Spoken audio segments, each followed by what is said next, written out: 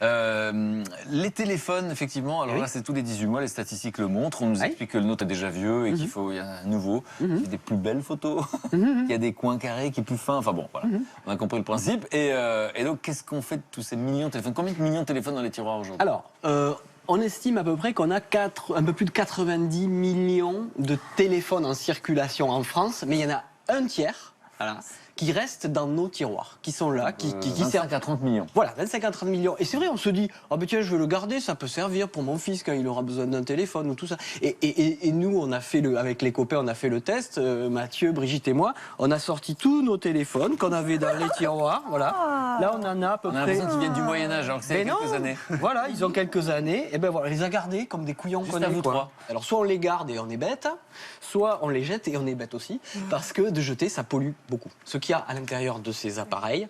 Ça vaut de l'or. Alors ça vaut de l'or, oui, tu as raison de le dire, parce qu'il y a véritablement de l'or. De l'or au sens... De l'or, du métal, or. Et on peut faire des boucles d'oreilles avec son téléphone. Je ne crois pas si bien dire, tu vas voir. Il y a de l'or, il y a de l'argent, il y a du cuivre, il y a tout un tas de matières, matériaux, voilà.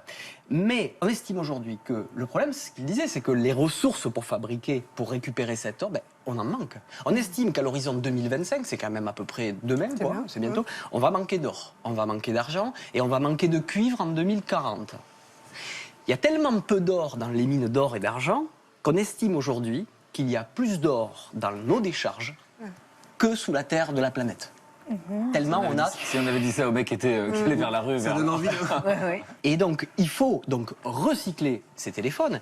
Et à tel point que, pour la petite anecdote, en 2020 vont avoir lieu les Jeux Olympiques au Japon, à Tokyo.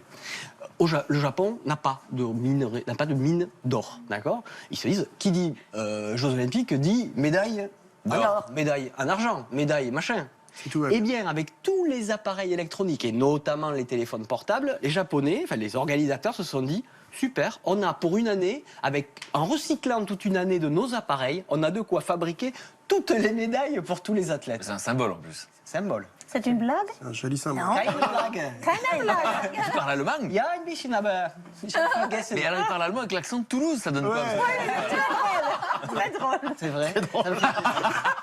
On dit charmant en fait. Bon, concrètement, on les emmène nous pour les Alors, recycler. il y a plusieurs solutions. Vous pouvez les ramener à vos opérateurs classiques français, les opérateurs de Ils vont pas les téléphonie. jeter à la décharge Ils quand vont on est pas parti. les jeter. Et ils font pas de publicité pour qu'on les leur rapporte. Ils font pas trop de publicité parce que ça leur coûte, mais ils ont l'obligation de le faire. Donc ils les récupèrent, soit ils les reconditionnent et ils les vendent à des gens qui n'ont pas trop de moyens, ou se dire tiens celui-là on va le reconditionner et on va le vendre 25 € par exemple. Vous voyez. Soit ils ont l'obligation de l'amener dans une entreprise qui va récupérer tous les composants pour fabriquer d'autres téléphones. Il existe aussi, et ça je vous le mettrai sur le site internet de 1001 Vies, tout un tas d'entreprises sociales et solidaires qui font travailler par exemple des personnes handicapées, des personnes en réinsertion, qui pareil, reconditionnent des téléphones portables pour pouvoir leur donner une seconde vie. Ou alors, on peut aussi décider avec certaines autres organismes que la vente que générera cette seconde vie du téléphone portable ira à la Croix-Rouge, au WWF, au Téléthon, à Médecins du Monde, voilà, à plein d'entreprises. Et cette économie de reconditionnement a déjà généré en 10 ans plusieurs dizaines de millions d'euros. Donc c'est quand même pas rien. C'est pas mal quand même. Non, Brigitte. Brigitte, mais je suis mariée, Brigitte. Tu ne peux plus, je ne suis pas polygame. Mais je suis je peux déjà... pas. Il est fidèle. Das ist schade. Mais je vois, il n'y a pas de sous-titre qui apparaît. Qu'est-ce qu'il vous dit?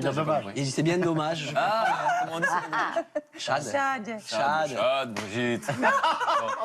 Bon, merci Luc. Voilà, une dernière chose pour terminer. Il y a un fabricant de téléphone qui est hollandais, qui il y a 2 ans a décidé de créer, comme le café et le chocolat par exemple, un téléphone portable équitable. Eh bien, ce téléphone va voir le jour. Bon, c'est au balbutiement. Je sais que Mathieu en a commandé un il y a 1 mois et demi, il l'a toujours pas eu.